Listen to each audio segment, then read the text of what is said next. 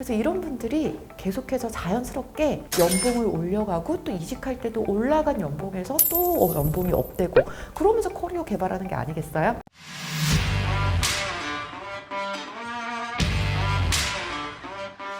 안녕하세요. 병원 언니 정지훈입니다.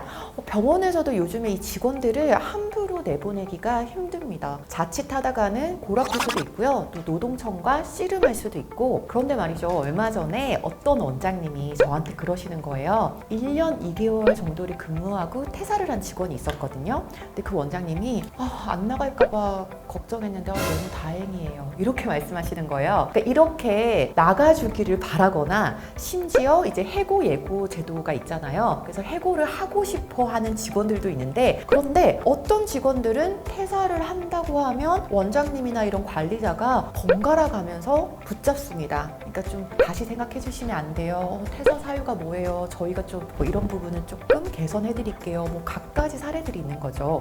제가 볼 때는 이거는 꼭 일을 잘하고 못하고만의 영역은 아닙니다. 어떤 직원들이 이렇게 병원에서 애타게 붙잡느냐. 첫 번째는 개인 감정을 밖으로 표출을 잘 안 하면서 진득하게 일하는 그런 사람. 꼭 조직에 보면은 그런 캐릭터들이 있거든요. 일을 아주 특출나게 잘하는 건 아니에요. 때로는 좀 부족함도 있을 수 있고요. 그런데 묵묵하게 진득하게 본인의 맡은 일은 좀 차분히 해냅니다. 그리고 좋고 싫고 이런 감정이 잘 안 드러나요. 그래서 우리가 이런 사람들을 그냥 편하게 무던한 사람이라고 표현을 하죠. 그러니까 생각보다 이런 직원들을 병원에서 좀 잘 붙잡더라고요. 그러니까 이런 생각을 하는 것 같아요. 병원이 항상 좀 뭔가 이런 평균 상태의 안정적인 걸 유지하기 위해서는 이런 무던한 직원이 한 명쯤은 있어야 한다. 그래서 생각을 해보니까 저도 이런 사람이라면 참 신뢰가 갈 것 같다는 그런 생각이 듭니다. 자, 두 번째는 욕심과 열정이 많아서 이직을 할 것 같았던 사람.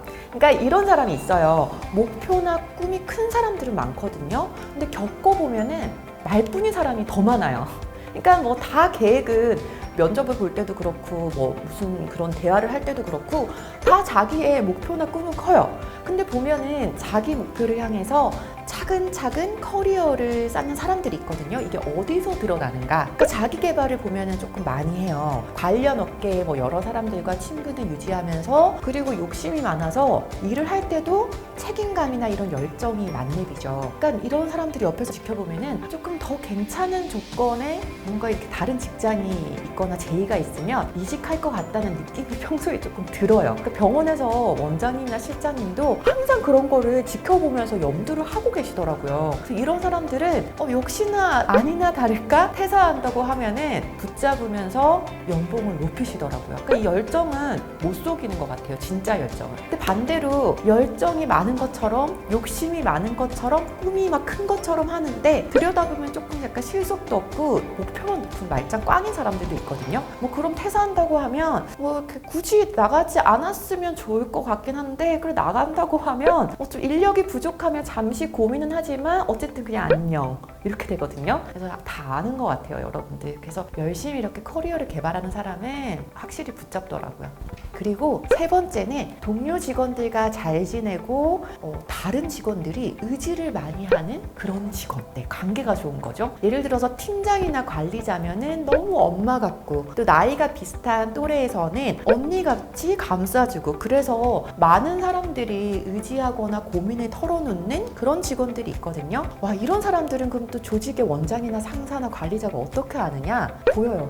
근데 조직에서 예를 들어서 직원들이 대다수가 반대하는 그런 안건이나 추진사항들을 밀어붙이거나 예를 들어서 변동이 생겨서 직원들한테 힘든 요구를 하면은 항상 보면 이런 직원들이 나서가지고 조금 해보자고 독려하고 얼르고 달래고 좀 분위기를 맞춰주거든요. 그래서 조직에서도 이런 사람을 알게 모르게 의지를 하게 됩니다. 그러니까 이게 아주 리더십이 강하다 이런 거보다는 따뜻하고 긍정적이라서 분위기 그 온도를 딱 일정하게 유지할 수 있는, 마치 이런 시소의 중심 역할을 하는 사람이 있어요. 그래서 이런 직원이 퇴사하고 싶다고 하면 원장님이 그렇게 붙잡고 싶어하고 흔들려 하시더라고요. 힘들어 하시기도 하고요. 결론은 일 똑부러지게 잘하는 사람, 그런 사람들보다는, 그러니까 우리가 병원 일이라는 게 경력이 어느 정도 쌓이면 어느 정도 수준의 일은 다 하거든요. 그래서 일에 대한 영역은 당연히 기본적인 거고, 나머지 것들, 가지, 그러니까 본인에 대한 그런 태도, 의지, 열정, 그리고 또 타인에 대한 태도, 이런 것들이 조직에서 그 한 사람을 평가하는데 큰 부분을 차지하는 것 같습니다. 그래서 이런 분들이 계속해서 자연스럽게 연봉을 올려가고 또 이직할 때도 올라간 연봉에서 또 연봉이 업되고, 그러면서 커리어 개발하는 게 아니겠어요? 이 영상을 보시는 분들도 나는 좀 어떤 사람일까? 나는 그냥 일 욕심만 있었나? 병원의 다른 사람들과는 좀 어떤 관계를 맺고 있나? 이런 것들을 한번 점검해보는 그런 계기가 되었으면 좋겠습니다. 참 사회생활도 어렵죠? 네, 도움이 되셨으면 좋겠고요. 좋아요와 구독하기, 알림 설정 잊지 마시고요. 댓글 주시면 답변 드리겠습니다. 병원 탐구 생활은 병원 언니, 다음 시간에 또 만나요. 꼭이요.